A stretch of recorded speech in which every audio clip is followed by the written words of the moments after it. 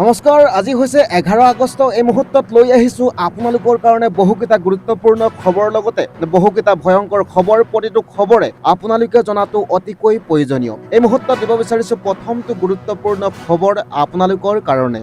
অসমৰ মুখ্যমন্ত্ৰী হিমন্ত বিশ্ব শৰ্মাই 100 টকাত মচুৰ দালি আৰু চেনিৰ সস্তা মূল্যৰ আঁচনি পুনৰ আৰম্ভ কৰিছে। এই মুহূৰ্তত জনাইছোঁ প্ৰথমটো গুৰুত্বপূৰ্ণ খবৰ আপোনালোকৰ কাৰণে। 1 কেজি মচুৰ দালি, 1 কেজি চেনি মাত্ৰ 100 টকাত। দালি প্ৰতি কেজি 70 টকা আৰু চেনি প্ৰতি কেজি 30 টকা গড় হিচাপে লোৱা হৈছে। এই সুবিধা প্ৰায় 70 লাখ ৰেচন কাৰ্ডধাৰী পৰিয়ালে লাভ কৰিব। মুখ্যমন্ত্ৰী হিমন্ত বিশ্ব শৰ্মাই জনোৱা অনুসৰি বাজেট সম্পৰ্কীয় কাৰণত প্ৰায় 2-3 মাহৰ বাবে স্থগিত আছিল এই দাল চেনিৰ সুবিধা। আৰু লগতে জনায় যে নিমখ আৰু সৰিয়হ তেলো সস্তা মূল্যত যোগ কৰাৰ পৰিকল্পনা আছে বুলি মুখ্যমন্ত্ৰীয়ে সামাজিক মাধ্যমত জনাইছে। আনফালে দিব লৈছোঁ অন্য এক গুৰুত্বপূৰ্ণ খবৰ। ডক্টৰ হিমন্ত বিশ্ব শৰ্মাই সামাজিক মাধ্যমত জনাইছে যে অসম চৰকাৰে দেশৰ বিভিন্ন আগশাৰী হস্পিটেলত 14,000তকৈ অধিক শিশুৰ জন্মগত হৃদয় ৰোগ বিনামূলীয়া চিকিৎসা ব্যৱস্থা কৰিছে। এই মুহূৰ্তত জনাইছোঁ গুৰুত্বপূৰ্ণ খবৰ। মুখ্যমন্ত্ৰী হিমন্ত বিশ্ব শৰ্মাৰ মন্তব্যৰ মতে ইতিমধ্যে 14,000ৰো অধিক শিশুৰ চিকিৎসা সম্পূৰ্ণ হৈছে আৰু আন 14জন শিশু এতিয়া মুম্বাই আৰু বেংগালুৰুৰ সম্পূৰ্ণ চৰকাৰী খৰচত চিকিৎসা যাবৰ বাবে সাজু হৈছে। লগতে কয় যে এইটো অসম চৰকাৰৰ দীৰ্ঘদিনীয়া আঁচনি 2010 চনৰ পৰা চলি আহিছে। জন্মৰ পৰা 18 বছৰ বয়সৰ শিশু আৰু যাৰ পৰিয়ালৰ বাৰ্ষিক আয় 6 লাখ টকাৰ তল তেওঁলোকৰ বাবে সম্পূৰ্ণ বিনামূলীয়া। লগতে জনায় কি খৰচ চৰকাৰে বহন কৰিব।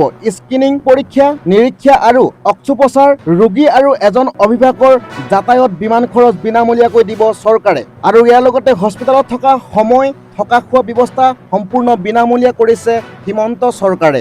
অধিক তথ্যৰ বাবে গুৱাহাটী চিকিৎসা মহাবিদ্যালয় কাৰ্ডিঅলজি বিভাগৰ সৈতে যোগাযোগ কৰিব পাৰিব আপুনি। দিব লৈছোঁ অন্য এক গুৰুত্বপূৰ্ণ খবৰ। বাল্য বিবাহ ৰোধ আৰু ছাত্ৰ ছাত্ৰীসকলক স্বাৱলম্বী কৰাৰ উদ্দেশ্যে নিযুত মইনা আৰু নিযুত বাবু আঁচনি চৰকাৰে ৰূপায়ণ কৰিছে। ইয়াৰ অধীনত চৰকাৰী আৰু বেচৰকাৰী সাহায্যপ্ৰাপ্ত অনুষ্ঠানৰ ছাত্ৰ ছাত্ৰীসকলক প্ৰতিমাহে বছৰত সৰ্বাধিক 10 মাহৰ বাবে বিত্তীয় সাহায্য দিয়া হয়। একাদশ শ্ৰেণী HS ফাৰ্ষ্ট ইয়েৰ মাহে লাভ কৰিব 1,000 টকা, বছৰি লাভ কৰিব 10,000 টকা। আৰু ইয়াৰ লগতে স্নাতক পৰ্যায় ডিগ্ৰী ফাৰ্ষ্ট ইয়েৰ লাভ কৰিব মাহে 1,250 টকা, বছৰি লাভ কৰিব 12,500 টকা। লগতে স্নাতকোত্তৰ আৰু BA PG BED first year লাভ কৰিব 2,500 টকা, বছৰি লাভ কৰিব 25,000 টকা। লগতে যোগ্যতা বিবাসিত ছাত্ৰ ছাত্ৰীসকলক ইয়াৰ বাবে যোগ্য নহয় বুলি ঘোষণা কৰিছে। কিন্তু স্নাতকোত্তৰ PG আৰু BA পাঠ্যক্ৰমৰ বিবাসিত ছাত্ৰীসকলে আবেদন কৰিব পাৰিব। আনফালে দিব লৈছোঁ অন্য এক গুৰুত্বপূৰ্ণ খবৰ। অৰুণাচল সীমান্তৰ মিংমাং বদতি অঞ্চলত 10 আগষ্ট তাৰিখে সংঘটিত হোৱা এই ভয়াৱহ গুলীচালনাৰ ঘটনাটোৱে সীমান্তৱৰ্তী অঞ্চলটোত তীব্ৰ উত্তেজনাময় পৰিস্থিতিৰ সৃষ্টি কৰিছে। এই ঘটনাৰ মূল কাৰণ এই মুহূৰ্তত আপোনালোকক জনাবলৈ চেষ্টা কৰিছোঁ। এই ঘটনাৰ মূল কাৰণ হৈছে ভূমি বিবাদ আৰু উচুটনি। স্থানীয় সূত্ৰ আৰু আৰক্ষীৰ প্ৰাৰম্ভিক তদন্ত অনুসৰি সংৰক্ষিত বনাঞ্চলৰ মাটিত অবৈধ বেদখল আৰু বেৰ দিয়া কাৰ্যক কেন্দ্ৰ কৰি দুয়োটা পক্ষৰ মাজত দীৰ্ঘদিন ধৰি বিবাদ চলি আহিছে।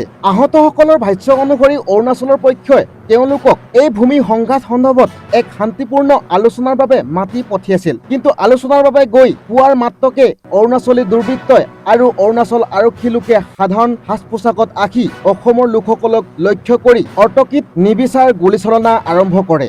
এই গুলীচালনাত অসমৰ 18জন লোক গুৰুতৰভাৱে আহত হয় আৰু ইয়াৰে 4জন ব্যক্তি ভাইজান দলে, উৎপল দলে, বিতুপন দলে আৰু পেম্পেগুৰ অৱস্থা অতি সংকটজনক হোৱাত তেওঁলোকক ডিব্ৰুগড়লৈ স্থানান্তৰ কৰা হয়। বাকীসকলক ধেমাজি অসামৰিক চিকিৎসালয়ত চিকিৎসাধীন হৈ আছে বুলি জানিব পৰা গৈছে। এই ঘটনাৰ পাছতে মুখ্যমন্ত্ৰীৰ মন্তব্য।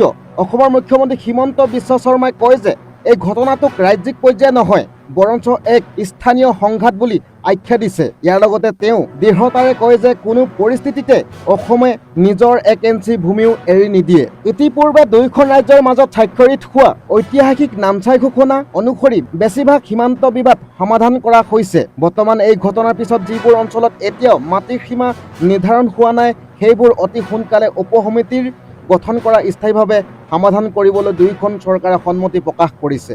দিব লৈছো অন্য গুৰুত্বপূৰ্ণ খবৰ। গুৱাহাটী বিশ্ববিদ্যালয়ৰ শিক্ষক, কৰ্মচাৰী আৰু গৱেষক ছাত্ৰ-ছাত্ৰীসকলে সামাজিক দায়বদ্ধতাৰে এক উৎকৃষ্ট উদাহৰণ দাঙি ধৰি অসমৰ এই ভয়াৱহ বান পৰিস্থিতিৰ সময়ত বানাক্ৰান্ত ৰাইজৰ কাষত থিয় দিছে। গুৱাহাটী বিশ্ববিদ্যালয়ৰ শিক্ষক কৰ্মচাৰীসকলে বানপীড়িত অঞ্চলৰ সাহায্যৰ বাবে মুখ্যমন্ত্ৰীৰ সাহায্য পুঁজিলৈ 25 লাখ টকা অনুদান আগবঢ়াইছে। এই সাহায্য পুঁজি অনুদানৰ পাছতে মুখ্যমন্ত্ৰীয়ে ছ'চিয়েল মিডিয়াৰ জৰিয়তে গুৱাহাটী বিশ্ববিদ্যালয়ৰ পৰিয়ালৰ মহানুভৱতাক আদৰণি জনাইছে আৰু কৃতজ্ঞতা প্ৰকাশ কৰিছে। তেওঁ উল্লেখ কৰে যে এনে যৌথ প্ৰচেষ্টাৰে বানাক্ৰান্তসকলক পুনৰ সংস্থাপন কৰাত চৰকাৰক বহুখিনি শক্তি যোগাব।